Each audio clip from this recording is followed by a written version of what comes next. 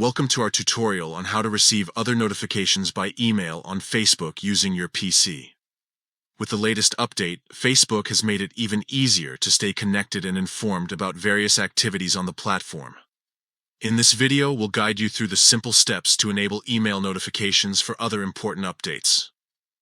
Let's begin with the first step. Open your preferred web browser and navigate to facebook.com. Make sure you're logged into your account before proceeding. Once you're on your Facebook homepage, look at the top right corner of the screen. You'll see a bell icon, which represents your notifications. Click on this icon to open the Notifications panel.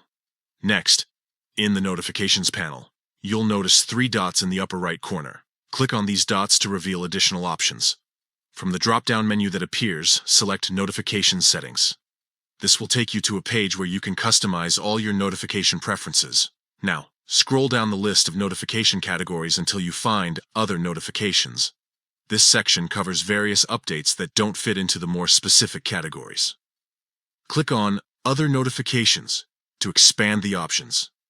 Here, you'll see a toggle switch next to Email. Simply click this switch to turn on email notifications for these miscellaneous updates. And that's it.